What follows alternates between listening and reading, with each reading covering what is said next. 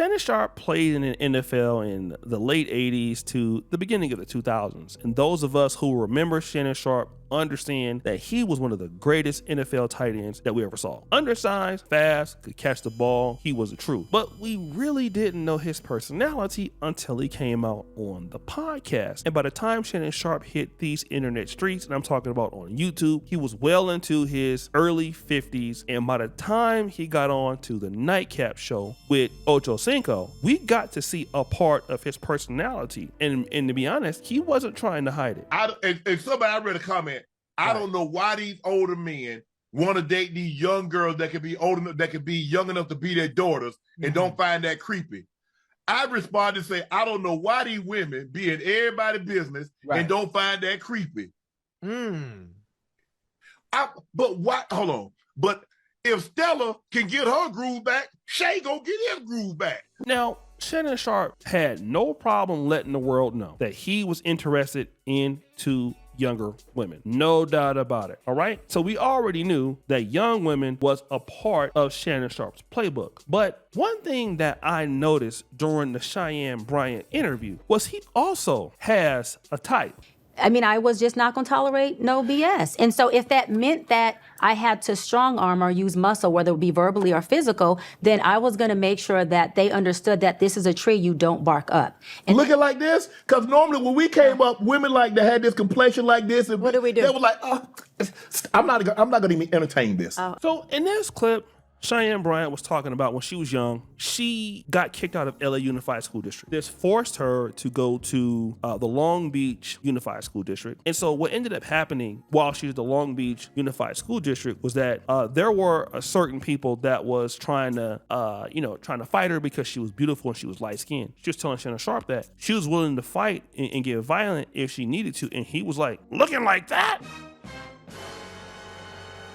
Because women that look like you would just not really get into it. What he was pretty much trying to say is, look, girl, you fine. I mean, light-skinned, you thick, you beautiful. Like, you are actually my type, right? And the reality is that Shannon Sharpe is, like, he just got sued and lost this ridiculous amount of money from Gabriella Zuniga. On the same podcast, he lost a lot of brand deals, right? So even though that was not really so bad, we got to be honest, that is kind of cutting it close, right? And when we think about all of the situations that Shannon Sharpe lost, you would think that he would know better by now. Shannon Sharpe is the latest example of what happens when discipline gets drowned out by desire.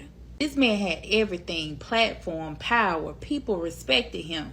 I guess that wasn't enough though, because when a man doesn't master himself, he'll risk everything for the attention of a woman. He wasn't out here looking for love. He didn't want connection. He just wanted attention and access. I'm not saying he's guilty, but let's be honest. How many times have we seen this same story? He said it was consensual. She said it wasn't. But either way, millions are gone. His name is tainted. ESPN said he had to go. Some of y'all don't understand, when you reach a certain level, your downfall isn't going to come from your competitors. It'll come from your inability to control your own appetite. I mean, and this lady said it the best, like, Shannon, you gave everything up to a 20-year-old, Gabriella Zuniga, for just trying to cheat clap it up with somebody who really doesn't care about you at all, right? That's pretty much what you're doing. You pretty much gave up everything for a 304. And again, you got fired from ESPN. You lost a lot of credibility. Your reputation sunk to a whole level. You lost, again, millions of dollars, upwards of 20 million. But it's okay, right? Because Shannon Sharpe, he would have learned his lesson, right? Well, I think about going to the Dominican and treat myself. What kind of cars they got over there? They drive mopeds. Oh, what they got? They got something with like long hair, light skin. Yeah. Oh yeah. That's the DR. Like you talk about Dominican Republic. Yeah, that's what I'm talking about. What they do out there? Oh Lord. Man, if it don't, when I travel for soccer. But guys, it gets worse. Soccer reasons only. So if it ain't got nothing to do with soccer, I'm going something.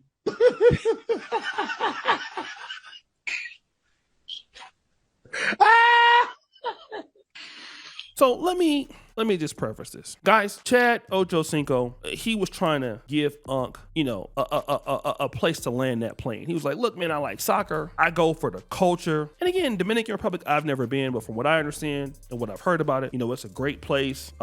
Great culture, fun, many things to do. But here you go with Shannon Sharpe talking about, I'm gonna get me some light skin with long hair or light skin and thick and all of this. And again, we understand that is what you like. We also know that you like white women. But the problem is, Shannon Sharpe, is that you are a guy that's lost so much money to BS at your older age. You've lost ESPN. Now, we can say that ESPN might not have been paying him a lot of money. Here is the situation. ESPN was a huge feeder to the rest of Shannon Sharpe's podcast. So being on ESPN, even if it may not pay you a lot of money, it helps with your recognizability. This is why YouTubers like going on to Fox. This is why YouTubers like going on to CNN. This is why YouTubers like going on to bigger platforms, especially if they're like, syndicated platforms. Not because you get paid a lot of money, but because by being associated with these platforms, it gives you the opportunity to blow up even more. And so working with ESPN, even if it's part-time or full-time, it enhances everything else you do. And not only does it enhance you with ESPN, it tells the rest of the brand ecosystem that you are safe. In other words,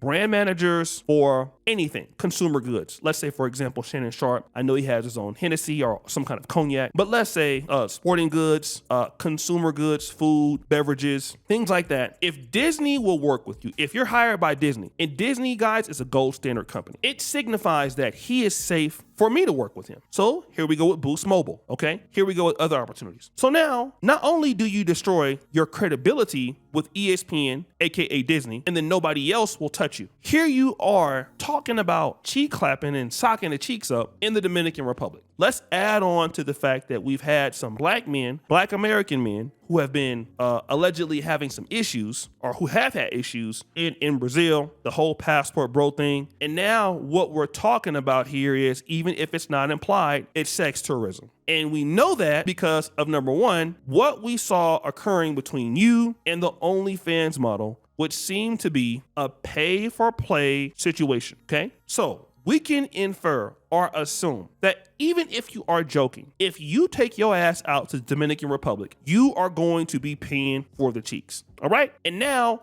it makes everybody believe that anybody who would think of, well, you know what, let me go ahead on and sponsor Shannon Sharpe in the future, and largely be because, this has died down. Well, then we see this clip and we say, okay, this man doesn't respect women. It's obvious. Here we go with the same situation. He doesn't respect women. He doesn't respect women. He has an affinity for younger women. And then also, as a black man, he's a sexual deviant. And so we can't be associated with a person like that because he has no self-control. We understand that these things happen in the DR or in the Brazil or in OnlyFans, but he should be professional enough not to mention it on his own show. So if he is going to continue in that way, then we cannot sponsor or work with his brand anymore. And so what happens is, not only do you take opportunities for yourself, right, from yourself, the opportunity cost is that you are hurting